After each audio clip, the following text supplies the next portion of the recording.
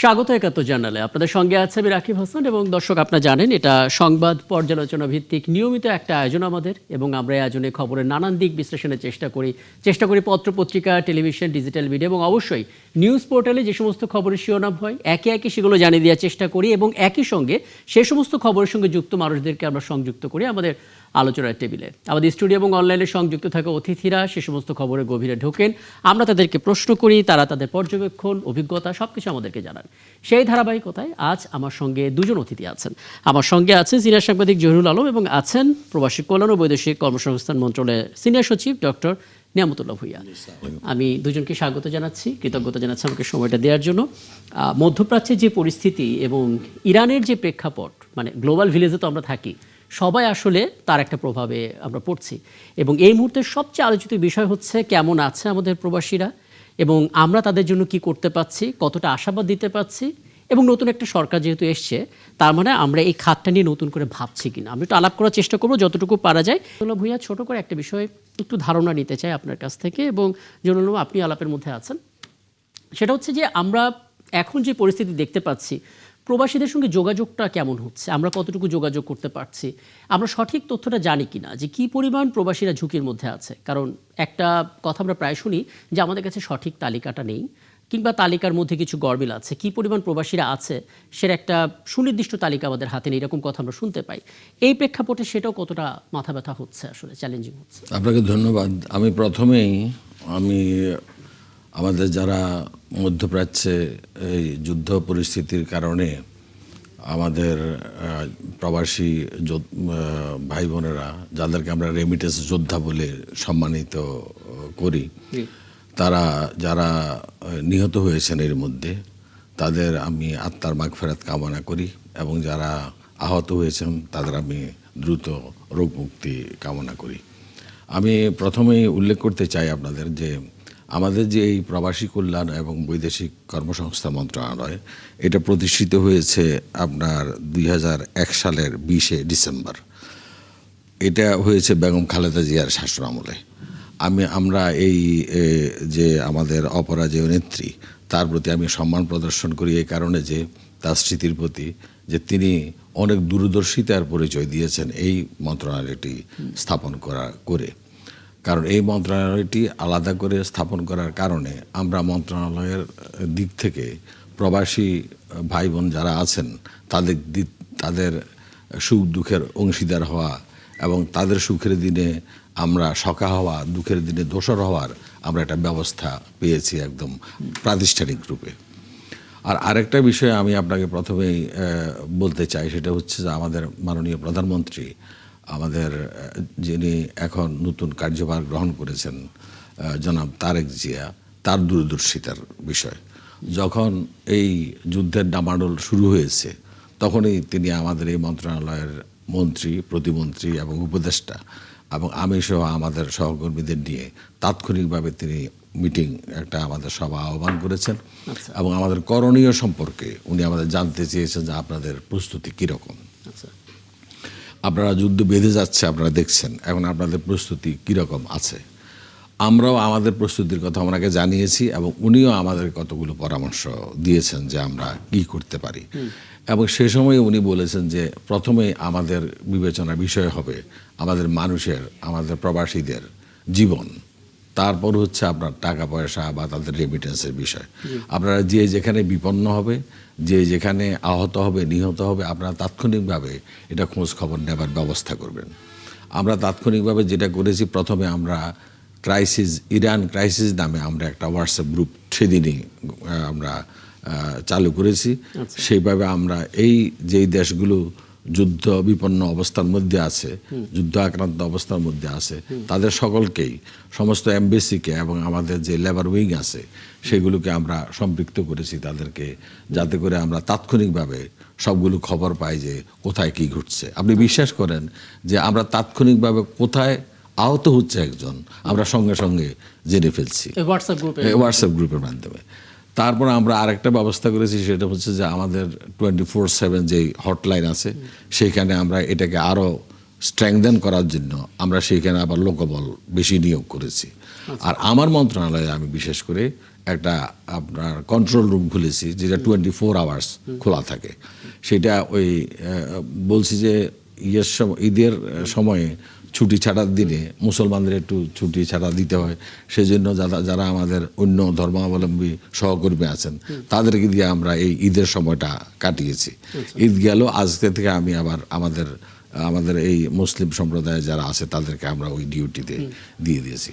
এখন আমাদের বিষয় যেটা আপনাকে বলি যে আমাদের সঙ্গে তাদের কমিউনিকেশনের কোনো সমস্যা নাই। এখন আমরা যেটা প্রথমে আমাদের যে সমস্ত সহকর্মীরা মারা গেছেন, প্রথমে যিনি মৃত্যুবরণ করেছেন সেটা দুবাই থেকে এসেছিলেন। তখনই প্রধানমন্ত্রী আমাদের মাননীয় মন্ত্রী আরিফুল হক চৌধুরী, আপনি জানেন, ওনার মাধ্যমে খবর দিয়েছেন যে আপনি আপনার সিনিয়র সচিব সহ ওই মরদেহের সঙ্গে তার বাড়িতে যাবেন। প্রথমে উনি বলেছেন যে আগে আপনারা তার বাড়িতে ফোন করে তাদেরকে সান্ত্বনা দেন, তারপরে আপনারা মরদেহের সঙ্গে ওই বাড়িতে যাবেন, গিয়ে তার দাফন কাফনের ব্যবস্থা করে তাদের সান্ত্বনা দিয়ে তাদের যেই পরিমাণ সহযোগিতা করা দরকার সেই পরিমাণ সহযোগিতা আপনারা করে আসবেন। আপনারা মানবিক দিকটাকে আগে দেখবেন, অর্থনৈতিক বিষয়টাকে না দেখে। সে কারণে আমরা কিন্তু প্রথম যেই মরদেহ আসে, দুর্ভাগ্যজনকভাবে যিনি মৃত্যুবরণ করেছেন, তার বাড়িতে বড়লেখা, মৌলভীবাজার জেলার বড়লেখা উপজেলায় একটা গ্রামে প্রত্যন্ত অঞ্চলে আমি এবং আমাদের আচ্ছা, আমি এখানে আপনাকে একটু থামাই নিয়ামতুল্লাহ ভূঁইয়া। আমরা আসলে আলাদা করে জানার চেষ্টা করব যে ক্ষতিপূরণ বা পুনর্বাসন বা যারা আসলে ফিরে এলেন, সেটা নিহত হয়ে হোক বা আহত হয়ে হোক, তাদের জন্য কি ব্যবস্থাপনা, সেটা নিয়ে আলাদা করে একটু পরে আসবো আপনার কাছে। আমি একটু আমন্ত্রণ জানাবো ময়মনসিংহ 10 আসনের বিএনপি দলীয় সংসদ সদস্য আখতারুজ্জামান বাচ্চুকে। আখতারুজ্জামান বাচ্চু, আপনাকে ধন্যবাদ, কৃতজ্ঞতা জানাচ্ছি আপনি সময়টা দিচ্ছেন। এবং আমার সঙ্গে আছেন সিনিয়র সাংবাদিক জহুরুল আলম, এবং একই সঙ্গে আছেন প্রবাসী কল্যাণ ও বৈদেশিক কর্মসংস্থান মন্ত্রণালয়ের সিনিয়র সচিব ডক্টর নিয়ামতুল্লাহ ভূঁইয়া। একটা ছোট্ট বিষয় যদি আপনি একটু জানিয়ে দেন আমাদেরকে, সেটা হচ্ছে ময়মনসিংহ যে আসনে আপনি আছেন, নিশ্চিতভাবে সেখানে কিছু প্রবাসীরা আছেন যারা দেশের বাইরে আছেন। সেই প্রবাসীদের মধ্যে আবার অনেকে মধ্যপ্রাচ্যেও হয়তো আছেন। জনপ্রতিনিধি হিসেবে আপনাদের দিক থেকে নিজ উদ্যোগে সেই যোগাযোগের সুযোগটা কেমন হচ্ছে, বা আপনি কতটা খোঁজখবর রাখছেন, কি ধরনের আপডেট পাচ্ছেন, একটা ধারণা আমাদেরকে দেবেন। ধন্যবাদ আপনাকে। আপনার মাধ্যমে 71 জানুয়ারির দর্শক শ্রোতা এবং আমার দুজন বিজ্ঞ সহ-আলোচককে ধন্যবাদ। আমি আপনাকে একটু অবগত করছি যে আমরা ইতিমধ্যে আমাদের গফরগাঁও, ময়মনসিংহ 10 গফরগাঁও উপজেলার একজন আরব আমিরাত প্রবাসী ইতিমধ্যে নিহত হয়েছেন। আমি তার বাড়িতে সেখানে গিয়েছি, মিসাইল হামলায় সে নিহত হয়েছে। মামুন তার নাম, আমাদের গফরগাঁও উপজেলার রসুলপুর ইউনিয়নে তার বাড়ি, ভরবরা গ্রামে। আমি তার বাড়িতে তার পরিবারের সাথে দেখা করেছি, সহানুভূতি জানিয়েছি এবং আমাদের পক্ষ থেকে যত ধরনের সহযোগিতা সেটা আশ্বাস দিয়েছি। এবং ইতিমধ্যে আমি প্রবাসী কল্যাণ মন্ত্রণালয়ের যে মহাপরিচালক, ওনার সাথে কথা হয়েছে, প্রবাসী কল্যাণ মন্ত্রী মহোদয়ের সাথে কথা হয়েছে। আমরা নিবিড় ভাবে তার মানে মরদেহ দেশে ঈদের ঠিক আগে এই ঘটনাটা ঘটেছে, দুঃখজনক ভাবে। আমরা তার মরদেহ দেশে ফিরিয়ে আনার ক্ষেত্রে আমরা মাননীয় মন্ত্রী এবং মন্ত্রণালয়ের সাথে নিবিড় ভাবে কাজ করছি এবং ওই দেশের দূতাবাসের সাথে, আর ওই পরিবারটির সাথে এবং পাশে থাকা সরকারের তরফ থেকে এবং আমার ব্যক্তিগত তরফ থেকে আমরা সর্বাত্মক ভাবে তাদেরকে আশ্বস্ত করেছি। এবং আমি আমাদের এই আমরা থাকার চেষ্টা করছি। এবং মানে যোগাযোগটা হচ্ছে, তাই তো? যোগাযোগটা তো হচ্ছে। দেখেন, একজন মানুষ যদি দুনিয়া থেকে চলে যায়, সেটা অপূরণীয় ক্ষতি, ইরিপেয়ারেবল লস। এটা তো যিনি মারা গেছেন এবং তার দিক থেকে তার পরিবারের জন্য যা করণীয় আপনাদের দিক থেকে সেটা করছেন, সেই তথ্যগুলো আমরা পেয়েছি। কিন্তু আমার কথা হচ্ছে, যারা এখন এই মুহূর্তে জীবিত এবং মধ্যপ্রাচ্যে আছেন, ময়মনসিংহে আপনার আসনের যারা বসবাসকারী, যারা এখন ওইখানে আছেন, তাদের পরিবারের কেউ একজন, তাদের সঙ্গে যোগাযোগটা কেমন চলছে? দেখেন, রাজনৈতিক সুবাদে আমাদের জনগণের সাথে নিবিড় যোগাযোগ রয়েছে। যারা প্রবাসে আছেন তারা নিয়মিত আমাদের ফোন দিয়ে আগেও দিতেন, এখনো দিচ্ছেন। আমরা তাদের সাথে নিবিড় ভাবে আমরা দিচ্ছি এবং তাদের পরিবারকে আমরা আশ্বস্ত করছি যে সরকারের তরফ থেকে সব ধরনের পদক্ষেপ নেওয়া আছে। ইতিমধ্যে বিমানবন্দরে বিভিন্ন একটা ধারণা পেলাম নিশ্চয়ই আরো কথা হবে আপনার সঙ্গে। একটা বিরতিতে যাব, তবে তার আগে আমি জনাব জহুরুল আলম একটা বিষয় একটু জেনে নিতে চাই। মোটামুটি আপনি শুনলেন, প্রথমত তাৎক্ষণিকভাবে রান ক্রাইসিস বলে একটা হোয়াটসঅ্যাপ গ্রুপ খুলে ফেলা, যেটা এখন সবচেয়ে জনপ্রিয় কমিউনিকেশন একটা মাধ্যম, যে আমরা একটা হোয়াটসঅ্যাপ গ্রুপ করে ফেললাম, সাথে সাথে ছবি টবি নানা কিছু। দ্বিতীয় কথা যেটা বললেন, হটলাইন, তৃতীয় বিষয় হচ্ছে একটা কন্ট্রোল রুমও খোলা। আপনার সাংবাদিকতার অভিজ্ঞতা কি বলে এরকম পরিবেশ পরিস্থিতিতে আমাদের আর কি কি করা প্রয়োজন, যেটাতে আরো দ্রুত আমরা আশাবাদটা দিতে পারি প্রবাসীদের যে হ্যাঁ আমরা ওয়াকিবহাল এবং যে কোনো সিচুয়েশনে আমরা তোমাদের পাশে আছি সরকারের দিক থেকে? না, এখানে অনারেবল সেক্রেটারি মহোদয় যে বিবরণগুলো দিয়েছেন এগুলো খুবই সময়োচিত, কোনো সন্দেহ নেই। এবং আমাদের অনারেবল প্রাইম মিনিস্টার যেভাবে ওনাদের ডিরেকশন দিয়েছেন সেগুলো খুবই কম্প্যাশনেট এক ধরনের অ্যাপ্রোচ আমি মনে করি, বাট এগুলো হচ্ছে খুবই শর্ট টার্ম। এগুলো ইমিডিয়েট ক্রাইসিস রেসপন্সের জন্য ইমিডিয়েট যে পদক্ষেপগুলো ওনারা নেওয়া প্রয়োজন সেগুলো ওনারা নিচ্ছেন। কিন্তু আমি মনে করি যে এটার সঙ্গে আরও অনেক গভীর সংকট জড়িত।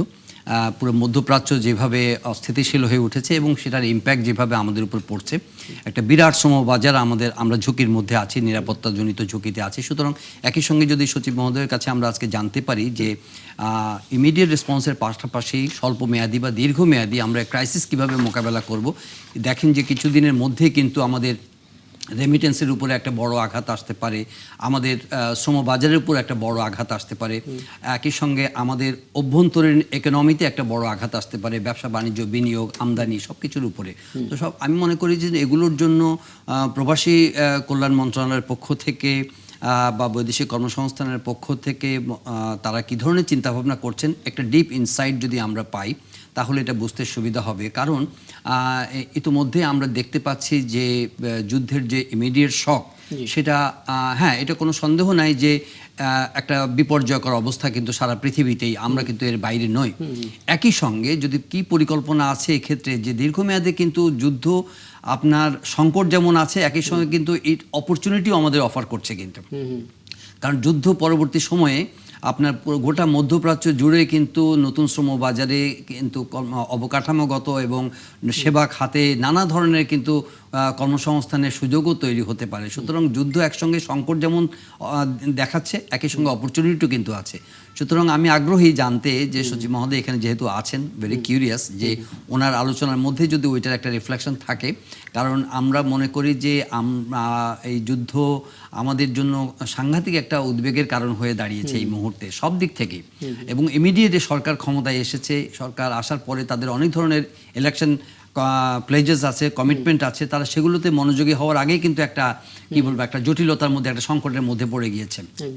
সুতরাং এখানে একটা বড় ধরনের ধৈর্যের একটা পরিচয়, আমাদের সকলকে সেই বিষয়গুলো বিবেচনার মধ্যে নেওয়ার বিষয় রয়েছে। তো আমরা আশা করছি যে যেহেতু দায়িত্বপ্রাপ্ত সচিব এখানে রয়েছেন, আমাদের বিশাল সংখ্যক যে শ্রমিকরা বিদেশে, মধ্যপ্রাচ্যে, বিশেষ করে সৌদি আরবিতে রয়েছেন বা অন্যান্য দেশগুলোতে রয়েছেন, তারা আসলে খুবই অধীর আগ্রহ নিয়ে অপেক্ষা করছেন। কারণ তাদের সামনে কিন্তু এখন অনেক ধরনের ঝুঁকিও আছে। আমরা আশা করছি যে যুদ্ধের যে গতি প্রকৃতি হয়তো আরও দীর্ঘদিন মানে এটা বিস্তৃত নাও হতে পারে, কিছুটা কি বলবো যে স্বস্তি বা কিছুটা রেস্ট্রেন্ট হওয়ার ইঙ্গিত আমরা দেখতে পাচ্ছি। এবং আশা করব যে সেদিকে যদি যায় হয়তো আমাদের জন্য একটা ইতিবাচক পদক্ষেপ। তবে কিন্তু পরিস্থিতি মোকাবেলার জন্য আর কি কি করণীয় আছে, সরকারের তরফ থেকে পরিকল্পনা আছে, সে ব্যাপারে যদি আমরা মানে সরকারের কাছ থেকে জানতে পারি। তা আমি একটা বিরতিতে যাওয়ার আগে ডক্টর নিয়ামতুল্লাহ ভূঁইয়া, আপনি শুনলেন দুটো বিষয়, এটা আমারও আসলে জানতে ইচ্ছা করছিল যে আমরা আসলে তাৎক্ষণিকভাবে ক্রাইসিস ম্যানেজমেন্ট করছি, কিন্তু একটা টেকসই সমাধান, একটা দীর্ঘমেয়াদী পরিকল্পনা, সেই জায়গাটা আসলে কেমন একটু দিবেন। পাশাপাশি যে কোনো পরিকল্পনা বাস্তবায়নের চ্যালেঞ্জ থাকে, সেই চ্যালেঞ্জটা নিয়ে একটু কথা বলুন। ডক্টর নিয়ামতুল্লাহ ভূঁইয়া, যে প্রশ্নটা আসলে সাংবাদিক জহিরুল ইসলাম করছিলেন, জহিরুল আলম, যে প্রথমত তাৎক্ষণিকভাবে একটা সমাধান তো আমরা নিলাম, একটা উদ্যোগ তো নিলাম, কিন্তু টেকসই বা দীর্ঘমেয়াদী কোনো পরিকল্পনা আমরা নিচ্ছি কিনা, চ্যালেঞ্জ কি আসলে নিতে? আপনাকে আমি একটা পয়েন্ট বলি যে এই যুদ্ধ পরিস্থিতির সৃষ্টি হওয়ার পর থেকে আমরা এই যাবৎ কিন্তু মাননীয় প্রধানমন্ত্রীর ডাকে আমরা 4 বার মিলিত হয়েছি। আজকে সকালেও আমাদের মন্ত্রণালয়ের মন্ত্রী মহোদয়রা সহ আমরা মিলিত হয়েছি এবং ওনার কাছ থেকে যে সমস্ত নির্দেশনা আমরা পেয়েছি সেই অনুযায়ী কাজ করছি। আমি আপনার মাঝে একটা কথা বলি যে আমাদের আজারবাইজানে, ইরান থেকে এসে আজারবাইজানে এসে আমাদের জড়ো হয়ে গেছিল 186 জন বাংলাদেশি প্রবাসী আমাদের ভাই বন্ধুরা যারা এসছেন, তাদেরকে চার্টার্ড ফ্লাইটে করে আমাদের বাংলাদেশে আনবার ব্যবস্থা করা হয়েছে। সেটা মাননীয় প্রধানমন্ত্রীর নির্দেশে করা হয়েছে। আপনি জানেন যে একটা ফ্লাইট চার্টার্ড করতে কত টাকা লাগে, সেখানে মানবিক বিষয়টাকে গুরুত্ব দেওয়া হয়েছে, টাকার বিষয়টাকে গুরুত্ব দেওয়া হয়নি। এরপর আরেকটা ফ্লাইট এসছে আপনার আমাদের 280 জন সৌদি আরবের দাম্মাম থেকে ফ্লাইটে, সেটাও একটা ফ্লাইট, বিশেষ ফ্লাইটে করে তাদেরকে আনা হয়েছে। আচ্ছা, আরেকটা জিনিস আমি বলি, যেটা জহির ভাই বললেন, সত্যি ঠিক কথাই উনি বলেছেন যে আজকে সকালে মাননীয় প্রধানমন্ত্রী সেই কথাই বলেছেন যে আমাদের এই যে সংকটটা, এটা কিন্তু একটা সম্ভাবনার দ্বারও উন্মোচন করবে। সংকট আমরা স্বাগত জানাই না, কিন্তু এই সংকট থেকে একটা সম্ভাবনার দ্বার উন্মোচিত হবে। যেমন ধরেন এখন যে সমস্ত ডিস্ট্রাকশন হচ্ছে, এটা রিকনস্ট্রাকশনের জন্য কতগুলো লোকের প্রয়োজন হবে, তাদের এত লোকবল নাই। আমাদের এই লোকবল প্রস্তুত রাখতে হবে। আপনি জানেন যে আমাদের 110টা টিটিসি আছে, মানে ট্রেনিং ইনস্টিটিউট। সেখানের মধ্যে কনস্ট্রাকশন থেকে শুরু করে আমরা মিনিমাম 55টা ট্রেডে আমরা প্রশিক্ষণ দেই। সেই প্রশিক্ষণগুলোর মধ্যে কনস্ট্রাকশন যেমন আছে, তেমন অন্যান্য ট্রেডগুলো আছে। আমরা এখন যে টপ 11 কান্ট্রি আছে আমাদের, যেখানে আমরা করি, হ্যাঁ, সেখানে আমি ধরো সৌদি আরবিয়া, আরব আমিরাত, Oman, Malaysia, Qatar, Singapore, Kuwait, Bahrain, Jordan, Lebanon, এই মালদ্বীপ, এই 11টার মধ্যে দেখেন আপনি 9টাই পড়ে গেছে কিন্তু যুদ্ধ পরিস্থিতির মধ্যে। তো এই যুদ্ধ পরিস্থিতির মধ্যে আমরা আপনি একটা প্রশ্ন করেছিলেন যে কি পরিমাণ লোক যায় বা আছে ওখানে, একদম সঠিক। 2004 থেকে আপনার জানুয়ারি 2004 থেকে আপনার 23 মার্চ 2026 পর্যন্ত আমাদের এখানে যে লোকবলের কথা বলা আছে, সেই লোকবল হচ্ছে যে আমাদের বিদেশে গেছে যত লোক, এই লোকটার মানে এদের সংখ্যা হচ্ছে 1,44,76,19 জন। মানে বাংলাদেশের বাইরে, কিন্তু মধ্যপ্রাচ্যের সংখ্যাটা জানি না। মধ্যপ্রাচ্যের এই সংখ্যা হচ্ছে, এখানে আমি যদি এটা যোগ করি, এটা তা আমরা বলতে পারবো। তো এখন আচ্ছা, আরেকটু বলবেন কি, মানে এই যে সংখ্যাটা বলেন, এটা মানে শুধু একটা পিরিয়ডের, মানে ওখানে স্টুডেন্ট ভিসা যারা গেছে তাদের সংখ্যাও কি আছে? না, স্টুডেন্টের কথা এখানে আসছে না, আমরা শ্রমজীবী। এখন আপনি কথা হচ্ছে এই যে আপনি প্রতি বছরে প্রায় 10 লক্ষ লোক যায় আমাদের। এখন 10 লক্ষ লোক গিয়ে 10 লক্ষ লোক স্থিত হয় না ওখানে। 10 লক্ষ লোক যাচ্ছে, তাদের কেউ আসছে, কেউ ছুটিতে আসছে, কেউ আর চাকরি করে না, আবার যায় আবার আসে, মোটামুটি 10 লক্ষের ভিতরে এটা থাকে। তো আমাদের এখন টার্গেট যেটা হচ্ছে, সেটা আমরা যে এই যে আপনি বললেন যে সংকট থেকে সম্ভাবনাটা, এটা আমরা এখন এরকম ব্যবস্থাটা আমরা করতে চাই। আমরা যেমন আগামী দিন 12টার সময় আমরা এই সমস্ত দেশের অ্যাম্বাসেডর এবং আমাদের যারা লেবার উইংয়ের লোকজন আছেন, তাদের সঙ্গে আমাদের জুমে মিটিং হবে। এবং মাননীয় প্রধানমন্ত্রী একটা নির্দেশনা দিয়েছেন যে এই সংকট থেকে সম্ভাবনা তাদের কি কি আছে, এবং বিশেষ করে কনস্ট্রাকশন এবং অন্যান্য আনস্কিল লেবার এবং অন্যান্য লেবার তো আছেই, হোয়াইট কলারের অর্থাৎ প্রফেশনাল কীরকম যেতে পারে, সেই রকম সম্ভাবনাগুলিকে কীভাবে এক্সপ্লোর করা যায়, সেই বিষয়গুলো আলোচনা করার জন্য কালকে আমরা 12টার সময় জুমে মিটিং ডেকেছি আমাদের এমবেসির সঙ্গে এবং আমাদের লেবার উইংয়ের সঙ্গে। তাদের সঙ্গে কালকে কথা বলে আমরা একটা মানে যে আজকে রাত 12টার পর কালকে আগামী দিন 12টায়, মানে আজ 12টায় আর কি, দুপুরে।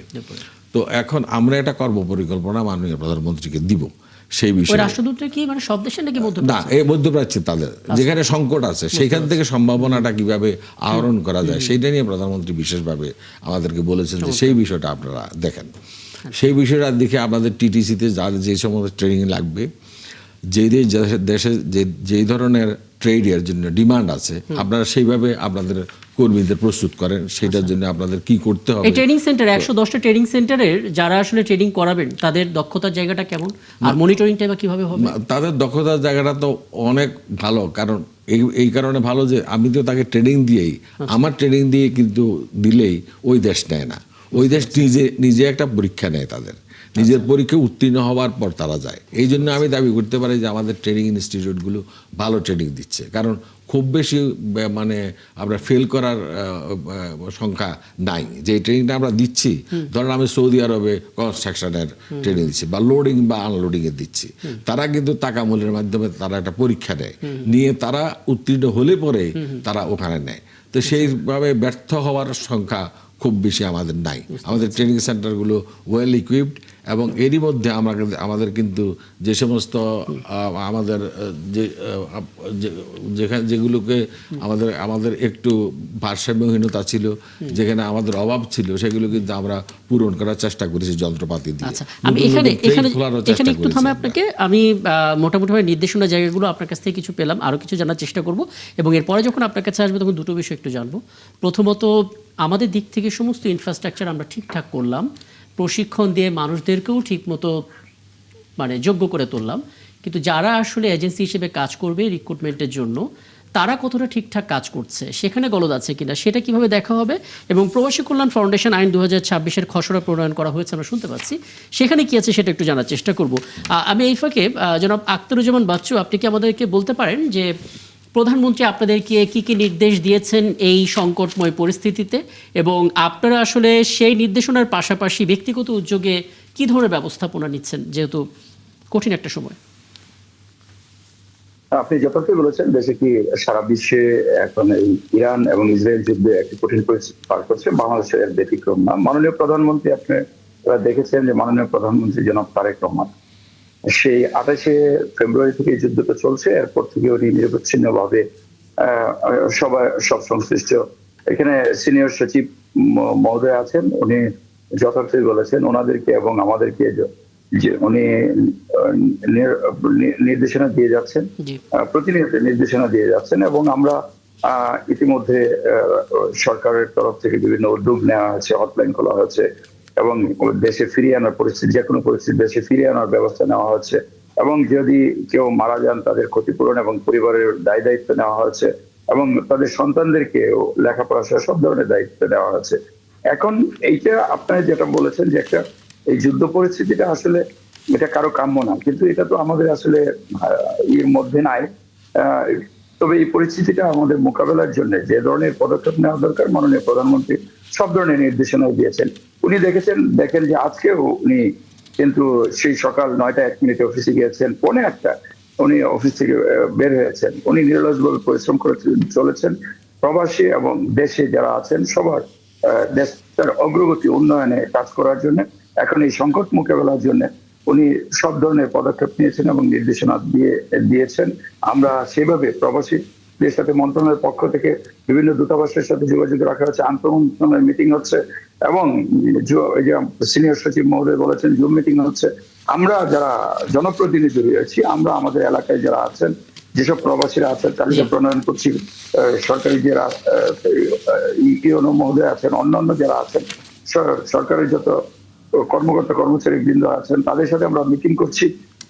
মিটিং করে সব তথ্য উপাত্ত তাদেরকে নিয়ে আমাদের উপজেলা বফরগ উপজেলা পৌরসভা পাগলা থানায় কতজন আছেন এবং কে কোন দেশে আছেন, কি পরিস্থিতিতে আছেন, তাদের সাথে আমরা নিবিড় ভাবে যোগাযোগ রক্ষা করে চলেছি, এবং যে কোনো পরিস্থিতিতে আমরা আশ্বস্ত করছি। আপনি এই যে যুদ্ধকালীন পরিস্থিতিতে যা যা করছেন সেগুলো বললেন, এরপরে যখন আপনার কাছে আসবে তখন আলোচনার পরিধিটা আমরা একটু বাড়াতে চাই এভাবে যে আমরা আসলে একটা টেকসই সমাধান খুঁজছি, যেটা আসলে জহিরুল সাংবাদিক খুব চমৎকার করে বলছিলেন। সেই জায়গা থেকে আপনাদের জনপ্রতিনিধি হিসেবে কিছু দায়িত্ব আছে, বোধ করি সেই জায়গাটা নিশ্চয়ই আপনারা এর মধ্যে অ্যাড্রেস করেছেন। তার ভিতরে একটা হচ্ছে যে কী পরিমাণ মানুষ আপনাদের ওই জায়গা থেকে যোগ্য হয়েই বিদেশে যেতে পারছেন, অর্থাৎ শুধুমাত্র টাকার লোভে পড়ে আদম ব্যবসায়ীদের হাত ধরে প্রতারিত না হয়ে একটা যোগ্যতা নিয়ে তারা কী পরিমাণ যেতে পারছেন, সেদিকে আপনাদের নজরটা কেমন, এটা নিয়ে একটু কথা বলবো। তার আগে জরুরি একটু যুক্ত করবেন আপনি, মানে আমাদের এয়ারপোর্টে যখন আমরা বাইরে থেকে উন্নত দেশ থেকে এখানে নামার পর একটু হতাশ হয়ে যায় ম্যানেজমেন্ট দেখে, তাই না? যে এখানে কিছু ট্রলির সমস্যা আছে, যারা বয়োজ্যেষ্ঠ বাবা মা কিংবা আরও প্রবীণ যারা, তাদের জন্য যে হুইল চেয়ার, সেই হুইল চেয়ারের সাপোর্টও ঠিক মতো পাওয়া যাচ্ছে না। বেল্টের মধ্যে ব্যাগ ঘুরছে, আমরা 4-5টা ব্যাগের জন্য 1.5 থেকে 2 ঘন্টা কেবল বসেই আছি। মানে এই সমস্ত ব্যাপারগুলো তো একটু নজর দেওয়া প্রয়োজন। যদিও এখন অনেকগুলো সংস্থা আছে, প্রবাসী কল্যাণ মন্ত্রণালয়ের ভূমিকা রয়েছে, কোনো সাজেশন তো যেহেতু সচিব মহোদয় এখানে আছেন, আসলে এই আলোচনাটি এই ফ্রাস্ট্রেশনটা কিন্তু দীর্ঘদিনের, এবং আমি মনে করি এটা একটা রুচির সংকট। আসলে মানে এটা কোনো ফাইন্যান্সিয়াল কোনো ইস্যু না। আপনি এয়ারপোর্টে যে কথাগুলো বললেন যে এখানকার মানে সার্ভিস প্রোভাইডিং যে মানসিকতা, এটার জন্য খুব বেশি কি বলবো যে বিশাল কোনো ইনভেস্টমেন্টের প্রয়োজন নাই। শুধুমাত্র প্রয়োজন হচ্ছে যে আপনার একটা সদিচ্ছা সদিচ্ছা। যে আপনি এয়ারপোর্ট ম্যানেজমেন্টটা যাতে সুষ্ঠুভাবে শৃঙ্খলার সঙ্গে মানে করবেন, এই সিদ্ধান্তটাই যথেষ্ট। আমি মনে করি যে নতুন অ্যাডমিনিস্ট্রেশন যখন এসেছে, এই ছোট ছোট দেখেন কিছু স্মল স্টেপস কিন্তু আমাদেরকে কিন্তু আপ্লুত করে ফেলেছে।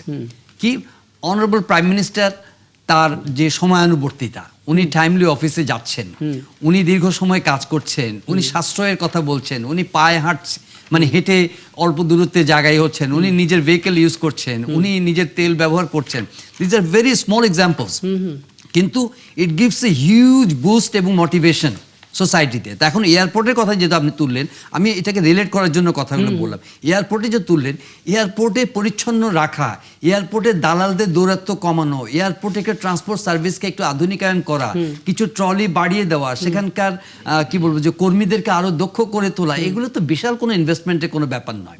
আপনি সারা বাংলাদেশকে অনেকভাবে কিন্তু আপনি আধুনিকায়ন করতে পারেন, কিন্তু আপনার গেটওয়ে হচ্ছে এয়ারপোর্ট। এবং সেখানে আপনার এই রেমিটেন্স যোদ্ধারা এখানে এসে অবতরণ করছে, এখান থেকে বিদেশে যাচ্ছে। যদি তাদের জন্য আপনি একটা কমফোর্টেবল একটা গেটওয়ে করতে পারেন, তাহলে এটা সারা বিশ্বে একটা নতুন একটা বার্তা দিবে। একই সঙ্গে এই রেমিটেন্স যোদ্ধা শুধু মুখে বলার মধ্যে সীমাবদ্ধ থাকবে না। আপনি দেখেন আজকে কি পরিমাণ ক্রাইসিস ফিল হচ্ছে আমাদেরকে, যে মধ্যপ্রাচ্যে ওনারা যদি আপনার কর্মহীন হয়ে পড়েন, যদি তাদেরকে ফেরত আসতে হয়, তাহলে টোটাল ইকোনমি উইল বি জিওপার্ডাইজড। তো এইটা চিন্তা করে আমাদেরকে শুধুমাত্র ওই কর্মীদেরকে নয়, তাদের পরিবারকেও, দেশে যারা আছে তাদের পরিবারকেও তো ইমিডিয়েট কিন্তু সুরক্ষা দেওয়ার কথা ভাবতে হবে।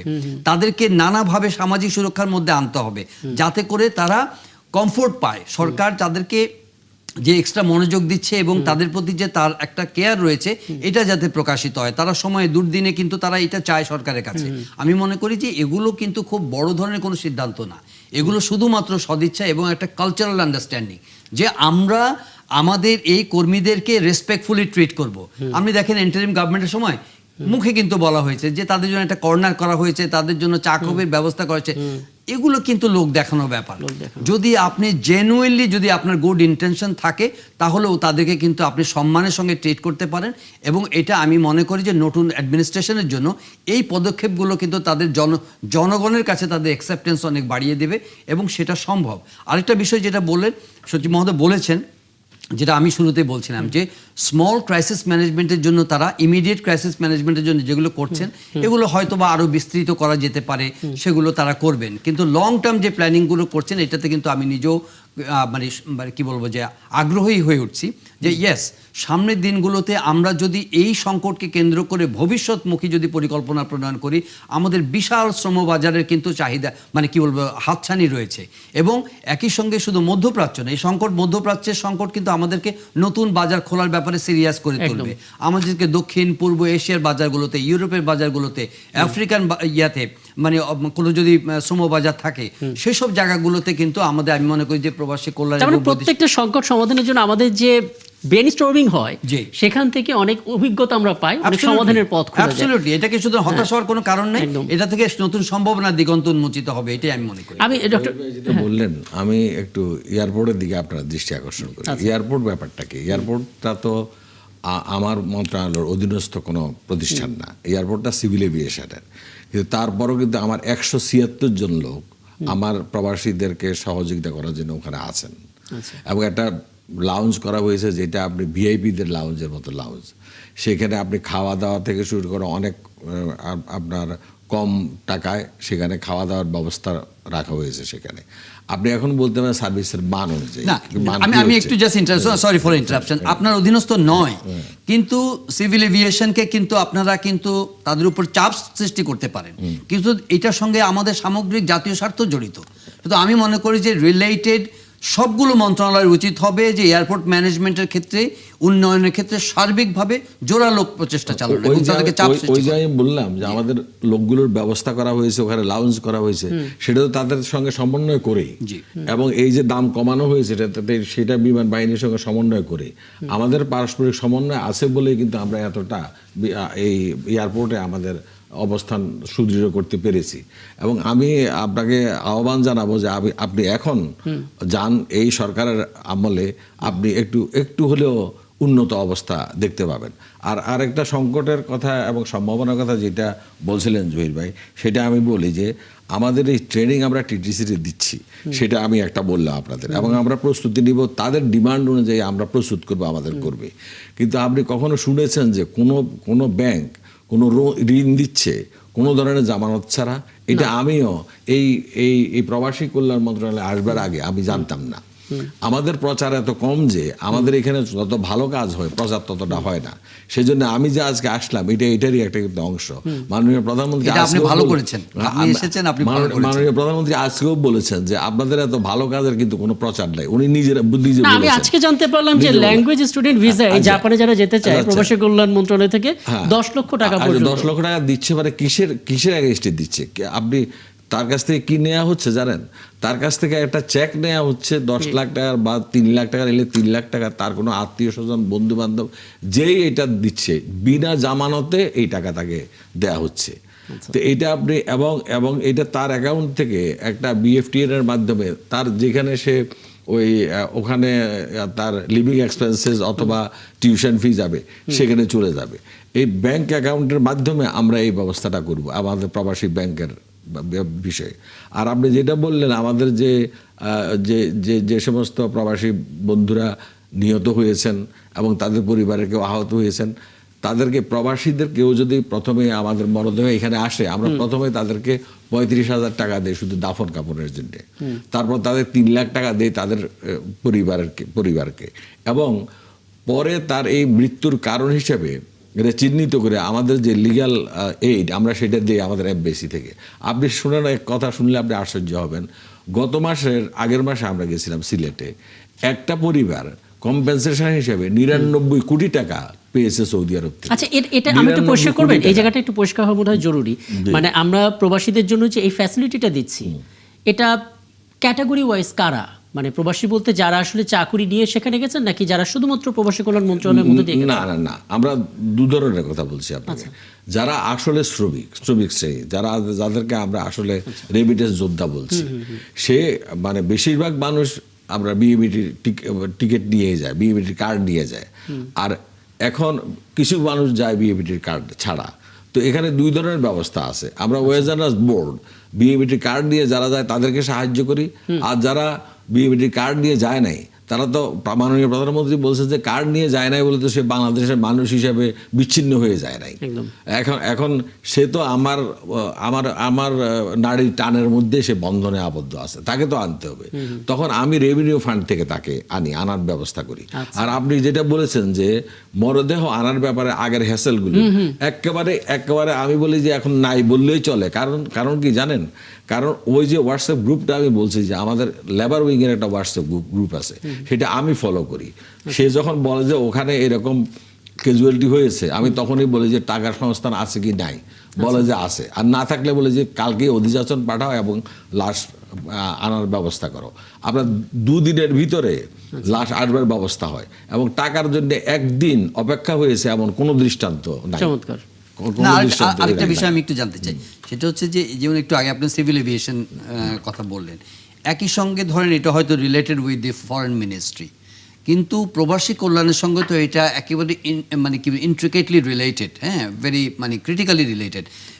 প্রবাসীরা মধ্যপ্রাচ্যের দেশগুলোতে নানা ধরনের এমবাসি রিলেটেড সাফারিংসের সম্মুখীন হয়, ভিসা সংক্রান্ত, রিনিউয়াল সংক্রান্ত, এবং যে একটা সমস্যার সমাধানের কথা আপনি বলেছেন যে তারা মরদেহ পাঠানোর ক্ষেত্রে, কিন্তু ওভারঅল সার্ভিস রেন্ডারিংয়ের ক্ষেত্রে এখনও কিন্তু আপ টু দ্য মার্ক কোনো কি বলবো যে অ্যাপ্রিসিয়েশন কিন্তু আমরা পাই না শ্রমিকদের কাছ থেকে, বা আমাদের যারা শ্রমজীবীরা সেখানে বিভিন্ন দেশে আছেন তারা এখনও কিন্তু বলেন যে এমবাসির হয়তো বা তাদের জনবলের সংকট আছে, কিন্তু সার্ভিস কিন্তু এখন আপ টু দ্য মার্ক না। এই ব্যাপারে আপনারা কি? আমি সেটাই মনে করি, জনবলের সংকট প্রধান সংকট। আর এর মধ্যে আপনি ধরেন মানুষ হিসেবে তো সকল মানুষ সমান না, এর মধ্যে ভালো মানুষ মন্দ মানুষ, যেমন আমাদের প্রবাসীদের মধ্যেও আছে, আমরা যারা সার্ভিস দিই তাদের মধ্যেও আছে। তো সেটা আমরা মেনেই আমাদের দেশের মানুষ হিসাবে সেটা মেনেই আমরা যেটা করতে চাই সেটা হচ্ছে যে আমরা সর্বোত্তম সেবাটা তাদের দিতে চাই, কিন্তু আমাদের লোকবল লেবার উইংয়ে এবং ডিপ্লোম্যাটিক উইংয়ে মিলে এত কম যে আমাদের ধরো 10 লক্ষ লোক যেই দেশে আছে সেই দেশে আমাদের 5-7 জন লোক আছে যারা এই সার্ভিস দেয়। এটা বুঝেন যে কতটুকু সম্ভব সেটা দেওয়া।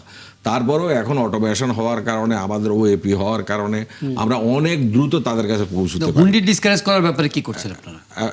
এখন আমাদের কাছে তো হুন্ডি ডিসকাস করার জন্য তো আমরা তাদেরকে প্রণোদনা দিচ্ছি। আপনি দেখেন যে মার্চ মাসে হাইয়েস্ট রেমিটেন্স এসছে $3 বিলিয়ন মার্কিন ডলার।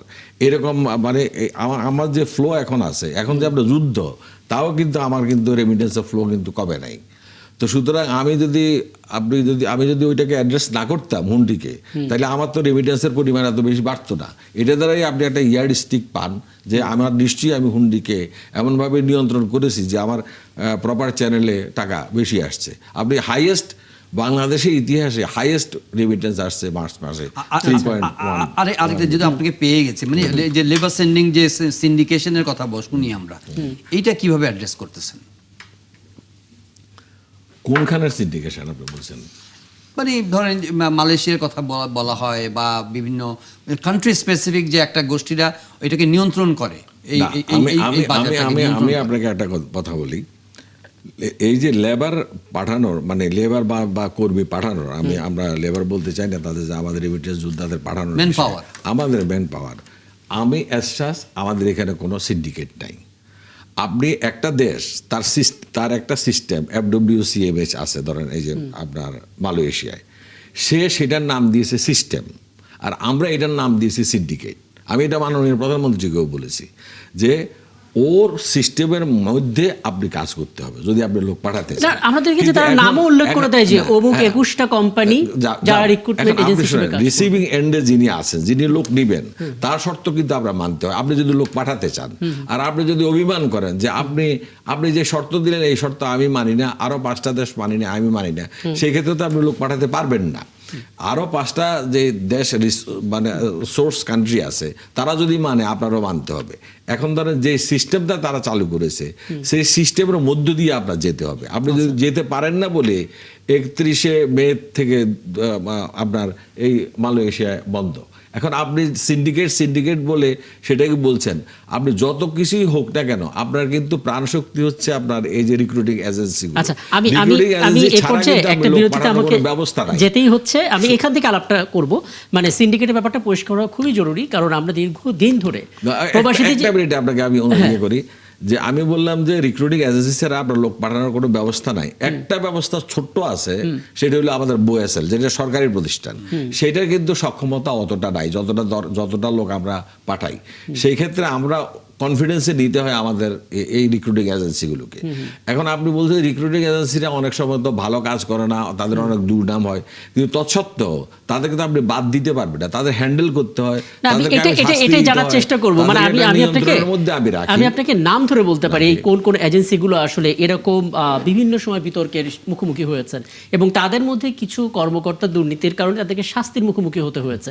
তার মানে ঘটনা ঘটে যাওয়ার পরে শাস্তিগুলো আসছে, যেটা সাংবাদিক জরুল আলম খুব চমৎকার করে বলছিলেন যে সিন্ডিকেটের প্রশ্নটা তখন আসে, প্রিভেন্টিভ মেজার্সগুলো নাই। হ্যাঁ, আমি এটা নিয়ে একটু কথা একটু বলে রাখি। আখতারুজ্জামান বাচ্চু, আপনি কিন্তু এই আলোচনায় পুরোটা সময় জুড়ে আছেন। যে কোনো মতামত কিংবা আপনার দিক থেকে যদি কোনো বক্তব্য থাকে, আপনি শুধু হাতটা নাড়বেন, আমি আপনার কাছে চলে যাব। আপাতত আমি একটু ডক্টর নিয়ামতুল্লাহ, আপনি এই ব্যাখ্যাটা একটু দেবেন যে সিন্ডিকেটের কথা আমরা শুনতে পাই, এবং সেটা আমরা বিভিন্ন গণমাধ্যমে শিরোনামে দেখি, শুধু আমাদের এখানে না, আমরা বাইরের দেশে গণমাধ্যমেও প্রবাসীদের নিয়ে বিভিন্ন রিক্রুটমেন্ট এজেন্সির সিন্ডিকেট শব্দটা আমরা শুনি। মানে চিত্রটা আসলে কেমন? এবং সিন্ডিকেট আপনি শোনেন, আপনি সিন্ডিকেট কোথায় শোনেন না? আপনি সব জায়গায়, কিন্তু বাজারের সিন্ডিকেটও শোনেন, আপনি লবণের সিন্ডিকেটও শোনেন, আপনি খেজুরের সিন্ডিকেটও শোনেন, কিন্তু এই ক্ষেত্রে হয়তো আপনি সিন্ডিকেট শোনেন, কিন্তু আমি এখানে সিন্ডিকেট দেখি না। আমি যেটা বলছি যে আমাদের এখানে যে রিক্রুটিং এজেন্সিগুলো আছে, তারা যদি সিন্ডিকেটে অন্তর্ভুক্ত হয়, তারা যদি কোনো নিয়ম বহির্ভূত কর্মকাণ্ড করে, সেটার জন্য আমাদের অভিবাসন আইন এবং বিধিমালা অনুযায়ী যা করণীয় আছে তাকে শাস্তি দেওয়ার জন্য আমার অনেকগুলো ব্যবস্থা আছে, কমপক্ষে 5টা ব্যবস্থা তাকে আছে শাস্তি দেওয়ার জন্য। তাকে আমি আপাতত স্থগিত করে দিতে পারি তার লাইসেন্সকে আমি লক করে দিতে পারি, তার লাইসেন্সকে আমি 3 মাসের জন্য 2 মাসের জন্য হেল্ড করে দিতে পারি, তাকে জরিমানা করতে পারি 1 লাখ 2 লাখ 3 লাখ টাকা জরিমানা করতে পারি। যা আমার নজরে আসে তাকে কিন্তু একটা নিয়মের ভিতরে রাখার মতো ব্যবস্থা আমার মন্ত্রণালয়ে আছে, কিন্তু কতটা আমার নজরে আসে সেটা আপনি বলতে পারেন। সেটা নজরে বেশি আসে না এই কারণে যে আসলে নজরে আসার মতো যেই প্রক্রিয়াটা আমার দরকার সেই প্রক্রিয়াটা নাই, কারণ আমাদের এত লোকবল নাই, লোকবলের অভাব আছে, পদ্ধতির অভাব আছে। এখন যেমন আমার বিএমইটিতে দুর্নীতিটার অত বেশি আপনি চাউর হবে কথা শোনা যাবে না। কেন শোনা যাবে না? কারণ ওখানে একটা অটোমেশন করা হয়েছে, ওইপি, যেটা ওভারসিজ মানে এমপ্লয়মেন্ট প্ল্যাটফর্ম, সেটার মাধ্যমে আপনি অটোমেটিক্যালি সেই কাজটা করতে পারছেন। আর আরেকটা জিনিস আপনি একটা অভিযোগ পাবেন যে লোকজন থেকে টাকা বেশি নেওয়া হচ্ছে। আমি প্রশ্ন করতে চাই, কত বেশি নেওয়া হচ্ছে? কোন দেশ থেকে কত টাকা বেশি নেওয়া হচ্ছে? যেখানে আপনার কোনো অভিবাসন ব্যয় গত সরকার, মানে গত সরকার বলতে আমি ইন্টারিম সরকারকে বলছি না, এর আগের সরকার যারা 16 বছর 17 বছর ধরে দুঃশাসন চালিয়েছে সেই সরকারের কথা বলছি, সেই সরকার কোনো অভিবাসন ব্যয় কোনো দেশের জন্য নির্ধারণই করে যান নাই। এখন আমি যদি বলি আপনাকে যে সৌদি আরবে এত টাকা সে বেশি নিচ্ছে, তাহলে কত টাকা বেশি নিচ্ছে, অভিবাসন ব্যয়টা কত আপনি নির্ধারণ করেছেন সরকারি? আমাদের বেসিকটাই জানি না। আপনি জানেন না মানে নাই সেটা। এখন আমি আজকে মাননীয় প্রধানমন্ত্রীকে বলেছি যে স্যার, আমরা এটার আওতায়, এই আইনের আওতায় আমরা সকল দেশের জন্য অভিবাসন ব্যয় নির্ধারণ করে দিতে চাই, যাতে আমরা বলতে পারি যে আমার অভিবাসন ব্যয় হচ্ছে 3 লাখ টাকা, তুমি 1 লাখ টাকা অমুক লোক থেকে বেশি নিয়েছো, তুমি অপরাধ করেছো।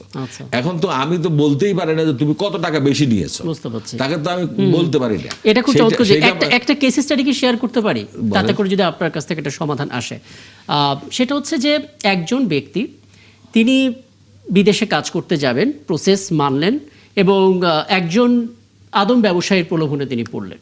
ধরা যাক তিনি আসলে প্রবাসী কল্যাণ মন্ত্রণালয়ের মাধ্যমেই গেলেন, যাওয়ার পর তিনি হয়তো সেই জায়গাটাতে আর প্রতিষ্ঠান থেকে বেতন পাচ্ছেন না এবং মানবেতর জীবনযাপন করছেন, এবং দিন শেষে তিনি আসলে ওই কাজের থেকেই চাকরিচ্যুত হলেন বা তিনি আর কাজ করে সেই টাকাটা পাচ্ছেন না। এই যে প্রতারিত হলেন কিংবা ভোগান্তির শিকার হলেন, তাদের জন্য আসলে আপনারা কি করবেন? এটা যখনই আমার কাছে রিপোর্ট হবে, আমার কাছে রিপোর্ট করার জন্য তাকেও কিন্তু যখন তার পিডিও হয়, যখন তিনি যান, তখন তাকে কিন্তু কতগুলো নাম্বার দিয়ে দেওয়া হয়, এমবেসির নাম্বার, হটলাইন, আমাদের নাম্বার, কোথায় আপনি অভিযোগ করবেন। আপনি ধরেন এয়ারপোর্ট একজন গেল, তাকে নিতেই আসতো না কেউ, তাহলে সে কোথায় ফোন করবে, কিভাবে আমাদের সঙ্গে যোগাযোগ করবে, এগুলো তাকে সব বলে দেওয়া হয়, কাগজ দিয়ে দেওয়া হয়। তার যদি চৈতন্য থাকে তাহলে সে একটা ব্যবস্থা করবে। আমাদের নজরে আসা মাত্রই আমরা এটার ব্যবস্থা করি। যেমন আমাদের কতগুলো সেফ হোম আছে, আমরা ওখানে নিয়ে যাই তাদের, অথবা আমরা আমাদের যে লিগ্যাল এইড আছে সেটা দিয়ে তাদের সাহায্য করি, মামলা মোকদ্দমা করি। আমি আপনাকে বললাম তো, একটা কম্পেনসেশন আমরা পেয়েছি 99 কোটি টাকা, 99 কোটি। আমি ডিসি সাহেবকে বলছিলাম যে আমার মনে হয় এটা লক্ষ্য হবে, সে বলেছে স্যার না, এটা কোটি, 99 কোটি টাকা পেয়েছে একজন এই কম্পেনসেশন আমরা মামলা করার কারণে। তো যাই হোক, আমি সেটা আপনাকে বলি। আচ্ছা, আর একটা বিষয় যদি এখানে আলাপের সাথে যুক্ত করেন, মানে যারা আসলে গ্রামীণ প্রেক্ষাপটে প্রান্তিক অঞ্চলে দারিদ্র সীমার নিচে থাকা মানুষ, তারা খুব দ্রুত প্রলোভনের মধ্যে কেউ পড়ে যান। হ্যাঁ, এই কারণে তো আদম ব্যবসাটা টিকে আছে।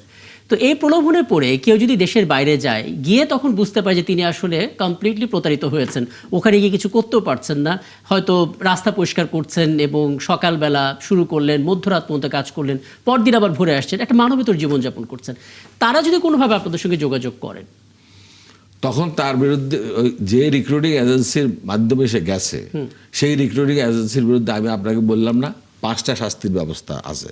শেষ ব্যবস্থা হলো তার লাইসেন্স ক্যান্সেল করে দেওয়া, তাকে কম্পেনসেশন দেওয়া, তার থেকে জরিমানা আদায় করা, অর্থাৎ এই ধরনের ব্যবস্থাগুলো আছে। এবং এক সময় পর্যন্ত, একটা পার্টিকুলার সময় পর্যন্ত, যতক্ষণ পর্যন্ত তাকে ক্ষতিপূরণ না দেওয়া হবে ততক্ষণ পর্যন্ত তার লাইসেন্স লক করে দেওয়ার ক্ষমতা আমার আছে। এগুলো করা হয়। এখন আপনি আমাদের যেগুলো করা হয় কাজ, এগুলো বাইরে প্রকাশ নাই। আমি যেমন আজকে আপনাকে বললাম, আপনি জানেনও না যে আমি এই কাজগুলো তাদেরকে করি। ইনফ্যাক্ট আমি হটলাইনটাই তো জানতাম না যে প্রবাসীদের জন্য একটা হটলাইন আছে যে তারা টোল ফ্রিতে কল দিতে পারেন। বিনা জামানতে আপনি দেয়া হচ্ছে, ঋণ দেয়া হচ্ছে, সেটাও আপনি জানতেন কিনা সন্দেহ। সেই জন্য আমি বলি যে আমি তাহলে একটু আখতারুজ্জামান বাচ্চু বলতে কিছু আমি যুক্ত একটা করবেন। আমার কথাটা শেষ করি এক হ্যাঁ, বাক্যে। হ্যাঁ। সেই বাক্য হচ্ছে যে রিক্রুটিং এজেন্সি যারা আছে হ্যাঁ। তাদেরকে আমরা প্রতিপক্ষ না ভেবে বরং তাদেরকে সহায়ক শক্তি হিসাবে কিভাবে আমরা তাদের সঙ্গে সহায়তা করে এবং না, তাদেরকে কিন্তু সহায়তা দিয়ে আমরা কাজটা করতে পারি, সেই ব্যবস্থা আমি এক লাইনে একটু বলি আপনাকে। এই যে মানে এত লিনিয়েন্ট হওয়ারও কিন্তু কোনো সুযোগ নেই আসলে, কারণ ম্যাল প্র্যাকটিসেসগুলো খুবই এভিডেন্ট। ম্যাল প্র্যাকটিসেস যে সংখ্যা এবং যে বাস্তবতা, এটা কিন্তু ডিনায়ালে গেলে হবে না। আমি মনে করি যে এটাকে আপনার স্বীকার করে নিতে হবে যে একটা দালাল চক্র আছে, একটা ম্যাল প্র্যাকটিস করার মতো একটা গ্রুপ আছে, নিয়ম ভাঙার একটা গ্রুপ আছে, এবং কি বলবো যে প্রশাসনিক যে দক্ষতা এটারও অভাব আছে। সুতরাং আপনার স্বচ্ছ একটা প্রক্রিয়া অনুষ্ঠিত করতে হবে। আপনি ঠিকই বলেছেন যে একটা মূল্য নির্ধারণ করে দিতে হবে, একটা মানে কি বলবো যে একটা প্রাইস ঠিক করে দিতে হবে যে সেটা, এবং এটা ডিজিটালাইজেশনে যাইতে হবে, টোটাল ডিজিটালাইজেশন, এবং দালাল চক্রকে নিয়ন্ত্রণ করার একটা, এবং তাদের শাস্তির প্রক্রিয়াটা। আপনি কতগুলো এজেন্সির বিরুদ্ধে ব্যবস্থা নিয়েছেন, তাদের মধ্যে কি কার্যকর ব্যবস্থা নেওয়া হয়েছে, এটাও কিন্তু মানুষ জানতে চায়। এখন ওএপি যেটা করা হয়েছে আমাদের বিএমইটিতে, এখানে আর দালাল চক্রের কোনো কাজ ওখানে নাই। ওটা টোটাল অটোমেশন। জহির ভাই যেটা বলছেন, আমি পূর্ণ শ্রদ্ধা রেখে ওনার এই কথার মধ্যে বলছি যে ওএপির যে ব্যবস্থা, এই ব্যবস্থা হলো টোটাল অটোমেশনের ব্যবস্থা। ওখানে আপনি দালালি করে বা ওখানে ঢুকে আপনি নতুন কিছু করতে পারবেন না, কারণ সকল ব্যবস্থা অটোমেশনের মাধ্যমে হচ্ছে। এখন কিন্তু এটা কিছু ম্যানুয়ালি কিছু হচ্ছে না। সুতরাং আপনি ওএপিতে ঢুকা মানেই হলো আপনি নিয়মতান্ত্রিক ভাবে এই কাজ। তার মানে আমি পাসপোর্টের জন্য যেরকম অ্যাপ্লাই করছি সেরকম ওএপিতে প্ল্যাটফর্ম ব্যবহার করে আমার এখানে আপনি এখন যেটা আছে সেটা হলো ওই পাসপোর্টের মতো আপনি সমস্ত তথ্য দিবেন, আপনার টিকিট আপনি পেয়ে যাবেন। এখন আমার মনে হয় জহির ভাইকে আমার নিতে হবে একবার বিএমইটিতে নিয়ে দেখাতে হবে যে উনি যেই সমস্ত বিষয়গুলো আগে জানতেন ওনাকে আরো আপডেট করতে হবে। ওনার সাথে আমিও যাবো, চেষ্টা করবো। আমি একটা বিরতিতে যাবো, আমি বিরতি থেকে এসে তারপর এটা কথা বলবো, এবং আখতারুজ্জামান বাচ্চু আপনি একটু থাকবেন, এবং বিরতি থেকে এসে আগে আপনার কথাটা আমরা শোনার চেষ্টা করবো যে আসলে কি বলতে চাচ্ছিলেন। দর্শক, আরো এক অতিথিরা আছেন, আমি একটু আখতারুজ্জামান বাচ্চু আপনার কথাটা শুনতে চাই, আপনি কিছু যুক্ত করবেন। জি, আমি দুজন আলোচকের বক্তব্য শুনছিলাম, সিনিয়র সচিব ডক্টর নিয়ামতুল্লাহ সাহেব এবং সিনিয়র সাংবাদিক জহিরুল ইসলামের। তো আমি কিছু বাস্তবতা আমি বলতে চাই যে ডক্টর নিয়ামতুল্লাহ সাহেব সিনিয়র সচিব মহোদয় যে বলেছেন সেটি সত্যি। জনশক্তি কর্মসংস্থান এবং প্রশিক্ষণ ব্যুরো বিএমইটির যেটা প্রশিক্ষণের ব্যবস্থা রয়েছে, ভাষা শিক্ষার ব্যবস্থা রয়েছে, এবং বিদেশে গিয়ে তারা কিভাবে কি করবে সেই নিয়ম কানুন সবকিছু প্রশিক্ষণের যেমনি ব্যবস্থা রয়েছে, কিছু বাস্তবতাও রয়েছে। বাস্তবতাটা হলো যে আমরা দেখি যে এই যে রিক্রুটিং এজেন্সির কাছে আসার আগে এক ধরনের দালাল চক্র থাকে। তারা গ্রামে গিয়ে, এই যে কিছুদিন আগে আমি গত রাত্রে গ্রাম থেকে এসেছি, আমার এখানে একজন এসছেন যে তার আত্মীয়কে বিদেশ পাঠিয়েছেন একজনের মাধ্যমে। তো সে এখন যে কাজ পাওয়ার কথা সেই কাজটা সে পায় নাই, সে খুব দুরবস্থার মধ্যে আছে, তার বেতন খুব কম, তার থাকা খাওয়ার খরচ চলে না। এখন বিষয়টা হলো যে সরকার তো নানান ধরনের উদ্যোগ নিয়েছে, আবার কিছু সীমাবদ্ধতাও আছে, জনসংখ্যা বা জনবলের ঘাটতি আছে। এখন যেটা হয়, সরাসরি রিক্রুটিং এজেন্সিতে অনেক ক্ষেত্রে যে আসে না। হ্যাঁ, অনেকে বিদেশে তার ওই গ্রামের একজন থাকে বা দালাল চক্র থাকে, তারা বিভিন্ন গ্রাম থেকে বা ইউনিয়ন থেকে বা থানা থেকে তারা কি করে, তারা ধরেন যে বিদেশে পাঠাবে, এই যে চক্রটা, এই অসাধু চক্রটা কাজ করে, তাদের দালাল চক্রের মাধ্যমে তারা করে, তারা তারপর ধরেন কিছু টাকা সেখানে যায়, আবার আরেকজন দালালের কাছে সে হ্যান্ড ওভার করে, সে কিছু খায়। এইভাবে বিভিন্ন ভাবে যখন রিক্রুটিং এজেন্সির কাছে আসে, তার আগেই তার এই খরচটা বেড়ে যায়। আসলে সরকার তো নির্ধারিত, ডক্টর নিয়ামতুল্লাহ সাহেব যেটা বললেন যে বিভিন্ন দেশে পাঠানোর যে কোন দেশে সেটা নির্ধারিত আছে, কিন্তু বেশিরভাগ দেশেই নাই। তো সেটা যখন সব দেশে করা হবে তখন এখানে স্বচ্ছতা এবং জবাবদিহিতাটা আসবে। আরেকটা জিনিস আমি আপনাকে বলি যে এই যে দালালদের দৌরাত্ম্য, এই যে খপ্পর, দালালদের খপ্পরে আমাদের দেশের অনেক মানুষ আসলে অতটা শিক্ষিত না। তো তারা যখন এই দালাল চক্র যখন একদম বিভিন্ন ভাবে তাদেরকে প্রলোভন বা বিভিন্ন ভাবে গুছিয়ে বলে, দে আর ট্রেন্ড হাউ টু, মানে তারা কিভাবে মানুষকে প্রতারিত করতে সেই ব্যাপারে তারা প্রশিক্ষিত।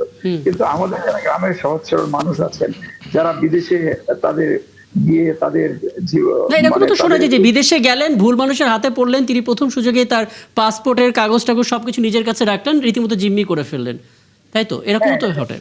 এরকম বাস্তবতা আছে, আবার ওই যে রিক্রুটিং, সরাসরি রিক্রুটিং এজেন্সি বা বিএমইটির কাছে মানে আসার আগেই তার মানে একটা নির্দিষ্ট পরিমাণ অর্থ তার খরচ হয়ে যায়, চলে যায় তার না বুঝার বা না জানার কারণে। এই জন্য আমাদের আসলে এই জিনিসগুলো আরো বেশি আমি তাহলে একটু পরিষ্কার হই, কি ধরনের সমাধান আসলে ডক্টর নিয়ামতুল্লাহ ভূঁইয়া আমাদেরকে দিতে পারেন এক্ষেত্রে? সচেতনতা তৈরি করতে হবে, জি। জনগণের মধ্যে সচেতনতা তৈরি করতে হবে যে আপনি জনশক্তি প্রশিক্ষণ ব্যুরো নিবন্ধনের মাধ্যমে যেন তারা যায়, এবং সরাসরি তারা প্রতারিত হলে যে হটলাইন আছে বা ওই মন্ত্রণালয় আছে বা জনশক্তি প্রশিক্ষণ ব্যুরো আছে, তাদের সাথে যোগাযোগ করতে প্রচারণার যে জায়গাটা সেটা আসলে তুলে ধরতে হবে। হ্যাঁ, হ্যাঁ। মাননীয় প্রধানমন্ত্রী আজকে একটি উদ্যোগ নিয়েছেন বা ঘোষণা দিয়েছেন যে জি। যারা বিদেশে উচ্চশিক্ষার জন্য যাবে তাদেরকে 10 লাখ টাকা পর্যন্ত দেওয়া। আসলে পরিবর্তনের সূচনা শুরু হয়েছে। অতীতে যে ফ্যাসিস্ট সরকার ছিল তারা কোন হ্যাঁ, আমরা এই যে সূচনাটা তো দেখলাম, সূচনা একটা আশাবাদ তৈরি করে। আমি যেটা একেবারে শেষের দিকে আছি, জরুল উলুম কিছু যুক্ত করবেন কিনা? নিয়ম হয়ে গেছে বিগত আমলে। হ্যাঁ, হ্যাঁ। না, আমি এক লাইনের মধ্যে বলছি, বাকিটা অনারেবল সেক্রেটারি মহোদয় বলবেন। সেটা হচ্ছে যে আমরা যতই বলি না কেন, আমরা কমপ্লাসেন্ট হওয়ার কোনো সুযোগ নাই। আমাদের তদারকি ব্যবস্থা খুবই দুর্বল, এটা আমি বলবো। তদারকি ব্যবস্থা খুবই দুর্বল এবং আইনের ফাঁক গলিয়ে এই যে সিন্ডিকেশনের কথা বলা হয়, যে দালাল চক্রের কথা বলা হচ্ছে, এই লুপহোলগুলো আছে। এইটাকে ডিনায়ালের মধ্যে না গিয়ে এটা একনলেজ করে এটাকে অ্যাড্রেস করার জন্য আমাদেরকে কার্যকর পদক্ষেপ গ্রহণ করা। আমি মনে করি প্রশাসনের সঙ্গে যারা যুক্ত আছেন তারা যদি মনে করেন যে না, ইয়েস, কিছু মানুষ সাফার করছে এবং এই সাফারেন্সগুলোকে এলিভিয়েট করা আমাদের দায়িত্বের মধ্যে পড়ে, যদি আমরা সিরিয়াস হই, সদিচ্ছা নিয়ে আমরা আগাই, তাহলে এটা অ্যাড্রেস করা সম্ভব। এটা এমন কোনো জটিল সংকট না যে অ্যাড্রেস করা যাবে না। এবং আমি সেই সদিচ্ছা সচিব মহোদয়ের কাছে থেকে মানে পেয়েছি, আশা করি ওনারা সফল। জহির ভাই যেটা বললেন যে এটা দুর্বলতা, আসলে আমি এটাকে বলতে চাচ্ছি সীমাবদ্ধতা, দুর্বলতা না। আমরা দুর্বল না, আমাদের যেটুকু পর্যন্ত আমাদের হাত যায় সম্প্রসারণ করতে পারি, আমরা এটুকু পর্যন্ত হাত সম্প্রসারণ করি, তাকে আমার আইনের আওতায়। সীমাবদ্ধতা অথবা চ্যালেঞ্জ না, সীমাবদ্ধতা চ্যালেঞ্জ আপনি যাই নাম বলেন না কেন, ফলাফল কিন্তু একই জিনিস। আচ্ছা, তা আমি একটা অন্য বিষয়ের প্রতি আপনাদের দৃষ্টি আকর্ষণ করি। আমাদের যে সরকারি দল আছেন বিএনপি, যেটা তারা নির্বাচনী ইশতেহার ঘোষণা করেছেন 2026 নির্বাচনে। এই নির্বাচনী ইশতেহার এখন তারা নির্বাচনে জয়ী হয়ে আসার পর এই তাদের দলীয় ইশতেহার কিন্তু এখন জাতীয় কর্মসূচিতে পরিণত হয়েছে। এই কর্মসূচি যেটা এখানে আছে, সেখানে 20টা পদক্ষেপের কথা আমার মন্ত্রণালয় সম্পর্কে বলা আছে, আমাদের মন্ত্রণালয় সম্পর্কে। সেই মন্ত্রণালয় সম্পর্কে যেমন ধরেন যে প্রবাসী কার্ড দেওয়া, সেই কার্ডটা দেওয়ার ব্যাপারে মাননীয় প্রধানমন্ত্রী খুবই সিরিয়াস। যেমন উনি অন্য কার্ডগুলো দিচ্ছেন, সেই কার্ডগুলোর মধ্যে আমরা যে সমস্ত তথ্যগুলো কার্ডের উপরে থাকবে সেগুলো আছে, আর বারকোড দিয়ে আমরা অন্যান্য তথ্যগুলোকে যুক্ত করব। এবং আমরা যুক্ত করতে চাই এমবেসির কতগুলো তথ্যের সঙ্গে যুক্ত করতে চাই, আমরা তার কোম্পানির কতগুলো সম্পর্কের সঙ্গে যুক্ত করতে চাই, যাতে করে এই কার্ডটাকে একটা আপনার ক্রেডিট কার্ডের মতো ব্যবহার করা যায়, সেই ধরনের ব্যবস্থা আমরা করতে চাই, যাতে এই কার্ডটা দিয়ে আমরা অনেক তথ্য তার কাছ থেকে, তার এই কার্ড দিয়ে আমরা অনেক তথ্য সংগ্রহ করতে পারি। অনেক তথ্য পাবেন, তার অনেক সেবা পাবেন। অনেক সেবা পাবে। যত আমি তথ্য নিজে পাবো, তত আমি তাকে সেবার হাত সম্প্রসারণ করতে পারবো। আমি যদি, রবীন্দ্রনাথ যেমন বলেছেন যে যুক্ত কর হে সবার সঙ্গে, মুক্ত কর হে বন্ধ, সঞ্চার কর সকল কর্মে, শান্ত তোমার ছন্দ। আমি যদি যুক্ত না হই আপনার সঙ্গে, তাহলে তো আমি আপনাকে সেবা দিতে পারবো না। এই জন্য আমি যুক্ত করার জন্য যতগুলো মেকানিজম আছে আমি ততগুলো যুক্ত করার চেষ্টা করছি। এখানে আমার কোনো দুর্বলতা নাই, বরং আমি কনফিডেন্সে নিতে চাচ্ছি রিক্রুটিং এজেন্সিগুলোকে, সেই কারণে যে তোমাকে আমি দুষ্ট বলি না, তোমাকে আমি বলি যে তুমি এই নিয়ম অনুযায়ী এই কাজগুলো করো, এই নিয়ম অনুযায়ী যে করো, তুমিও লাভবান হও, আমার দেশের ভাবমূর্তিও অক্ষুণ্ণ থাকে, এবং তোমারও কিন্তু, আমারও লোকটা কিন্তু যায়, রেমিটেন্স যোদ্ধারা যায়। আচ্ছা, আমি আপনাকে একটা কথা বলি, এই 1 বছর ধরে আমি এই মন্ত্রণালয়ে আছি, আমি এখনো একটা অভিযোগও পাইনি, সিঙ্গেল অভিযোগ যে স্যার আমার থেকে অমুকে টাকা বেশি নিয়েছে। অভিযোগটা কোনটা? যে আমাকে সে টাকা নিয়ে নেয় নাই, আমাকে যেই চাকরি দেওয়ার কথা সে দেয় নাই, আমাকে যেই প্রতিষ্ঠানে যেই সুবিধা দেওয়ার কথা ছিল সেই প্রতিষ্ঠান সেই সুবিধা দিচ্ছে না। টাকা বেশি নেওয়া কম নেওয়াটা বেশি ওরা করে, মানে অভিযোগ করে না, যদি সে চলে যেতে পারে। আমি আমার এই আলোচনা শেষ করব আপনার একটা বক্তব্য নিয়ে, সেটা হচ্ছে এত উদ্যোগ আপনারা নিচ্ছেন, একটা হটলাইন আছে, এখান থেকে ফান্ডিং করা হচ্ছে, জাপানিজ স্টুডেন্ট ভিসা দেওয়া হচ্ছে, ল্যাঙ্গুয়েজ ভিসা, মানে এই তথ্যগুলো মানুষ কিভাবে জানবে? এই যে আমি আপনাকে জানানোর জন্য আমি যেমন আসলাম, আমরা কিন্তু আমাদের নিউজ পোর্টাল যেগুলো আছে সেগুলোতে ধরেন আমাদের যে সোশ্যাল মিডিয়া আছে, সেখানে আমি এখন মাননীয় প্রধানমন্ত্রীর তাগিদে আমরা প্রচারের ব্যবস্থাটা গত এই সরকার আসার পরে যেভাবে গ্রহণ করেছি, এর আগে কেউ এটাকে এরকম আমাদের মেম্বার অফ পার্লামেন্টে কি এই বিষয়ে কাজ করতে পারে? করে নাই। আমি আপনাকে গত 1 মাসের কথা বলি, গত 1 মাসে যতটুকু প্রচার হয়েছে আমাদের কাজ, আমাদের গত 10 বছরে তা প্রচার হয় না, আমি হলফ করে বলতে পারি আপনাকে। এটা মাননীয় প্রধানমন্ত্রীর তাগিদের কারণে আমরা সেটা করেছি। আর একটা জিনিস আমি আপনাকে বলি যে এখন আমাদের যেহেতু মধ্যপ্রাচ্যে এরকম একটা সমস্যা সৃষ্টি হয়েছে, আমরা এখন মানে পূর্বমুখী হতে যাচ্ছি। আমরা এখন মনোযোগ দিয়েছি কম্বোডিয়ার দিকে। আমরা এখন এখন একটা আমরা থাইল্যান্ডের সঙ্গে একটা এমওইউ করেছি এবং একটা এগ্রিমেন্ট করেছি। আমরা জাপানের সঙ্গে, আমি যখন জাপান গেছি তখন 47টা এমওইউ করা হয়েছে জাপানের সঙ্গে, এবং জাপানের জন্য আমরা টিটিসিগুলো থেকে আমরা 53 মানে 53টা টিটিসিকে আমি শুধু জাপানের জন্য ডেডিকেটেড করে দিয়েছি, জাপানি ল্যাঙ্গুয়েজ N5 N4 শেখার জন্য। এবং মাননীয় প্রধানমন্ত্রী বলেছেন যে জাপানের জন্য আপনার যত শিক্ষক আনতে হয়, যত টাকা আপনার খরচ করতে হয় আপনি করেন, আমি দিতে রাজি আছি। তো আমরা কিন্তু একটা অ্যাডভার্টাইজমেন্ট করেছি, আজকে দিন শেষ ছিল, আমরা 35 জন পেয়েছি। উনি বলছেন যে এই 35 জন প্রসেস করতে করতে আপনি আবার আপনি টেন্ডার দেন, আবার আপনি লোক চান। আমরা যতক্ষণ পর্যন্ত আপনি 99-তে না পৌঁছেন, আমার 99 জন শিক্ষক দরকার, ততক্ষণ পর্যন্ত আপনি যেতে থাকেন। তো সুতরাং ওনার এরকম আপনি উৎসাহ পেলে আমি তো অপ্রতিরোধ্য গতিতে সামনে যাব, যেখানে উনি টাকারও সংকট বলছেন না, তার উৎসাহেরও সংকট বলছেন না, এবং উনি যেখানে যেই সমস্যা আপনি পড়েন সেই সমস্যা সমাধান করার দায়িত্ব আমার, উনি বলছেন। তো তখন তো আমার তো সামনের দিকে অগ্রসর হতে কোনো সমস্যা কিছু আমি দেখছেন না। এবং এটা আসলে হ্যাঁ, জরুল আলম খুব চমৎকার করে বলছিলেন, কিছুটা আছে আমাদের কালচারাল আন্ডারস্ট্যান্ডিং এর জায়গা, কিছুটা আছে সদিচ্ছার জায়গা। এবং আমার হাতে সময়টা নেই, সময়টা থাকলে জনাব আখতারুজ্জামান বাচ্চু আপনার সঙ্গে আরও এক দফা একটু আলাপ করতাম, কারণ এই যে প্রবাসী কল্যাণ মন্ত্রণালয় যে কাজগুলো করছে এটা ছড়িয়ে দেওয়ার যেমন আমরা গণমাধ্যম কবি একটা বড় ভূমিকা রাখতে পারি, আপনারাও করতে পারেন। ছোট করে তাহলে 1 মিনিটের মধ্যে 30 সেকেন্ডে শেষ করবো। আমি দৃঢ়ভাবে আশাবাদী মাননীয় প্রধানমন্ত্রী জনাব তারেক রহমানের নেতৃত্বে স্বচ্ছতা জবাবদিহিতা নিশ্চিত হবে, এবং উল্লেখ যে পদক্ষেপগুলো এই যেখানে যে সমস্যা আছে সেই সমস্যাগুলি দূরীভূত হবে। আর বিশেষ করে যে অটোমেশন বা এই যে সব ক্ষেত্রে যে ওয়ান স্টপ সার্ভিস বা অটোমেশন, এগুলো যে পদক্ষেপগুলো মাননীয় প্রধানমন্ত্রী হাত ধরে যে পদক্ষেপগুলি নেওয়া হবে, এবং আমাদের রেমিটেন্স যোদ্ধা যারা আছেন আমাদের তাদের সব ধরনের সুরক্ষা নিশ্চিত করা হবে ইনশাআল্লাহ। এই আশাবাদ নিয়ে, এই প্রত্যাশা নিয়ে আমি এক লাইনকে একটু বলবো আপনাকে, একবারে সময় এইটাই স্যার, যে জাপানের আপনার জাপান টাইমসের 30শে মার্চ 2023 তারিখের প্রতিবেদন অনুযায়ী জানা গেছে যে 2040 সালে জাপানের কর্মক্ষম জনসংখ্যার ঘাটতি হবে 1,10,00,000। আচ্ছা। আর আমার এখানে আপনার রিডান্ডেন্ট আপনার যুবশক্তি আছে এখানে। আচ্ছা। আমি এখন প্রস্তুতি নিতে চাই, এবং মাননীয় প্রধানমন্ত্রী বারবার বলছেন আপনি প্রস্তুতি নেন, যাতে আমরা নিজেরাই 1,10,00,000 লোক দিতে পারি। আমরা বলেছি যেই ট্রেডে যেইভাবে যেই মডিউলে তারা চায় সেইভাবে আমরা মানুষ প্রস্তুত করে দিব। একদম, মানে তাদের দিক থেকে আসলে কাজের জায়গা আছে, তাদের ঘাটতি আছে, আর আমাদের দিক থেকে জনবল আছে, জনশক্তি আছে, এবং তারা যেভাবে চায় সেইভাবে আমরা আমাদের কর্মী তৈরি করে দিব, সেটা আমরা প্রতিশ্রুতিবদ্ধ। সুতরাং আমরা বলেছি যে আমরা বাংলাদেশ থেকে সব লোক দিতে চাই। অনেক ধন্যবাদ, কৃতজ্ঞতা, এবং সময় থাকলে নিশ্চয়ই জরুরি আপনার সঙ্গে কথা বলতাম। এবং দর্শক, এই ছিল আজকে 71 জানালা আয়োজনে। কালকে নতুন করে ইস্যু নিয়ে আবারও কথা হবে 71 জানালা, আমাদের সঙ্গে থাকবে।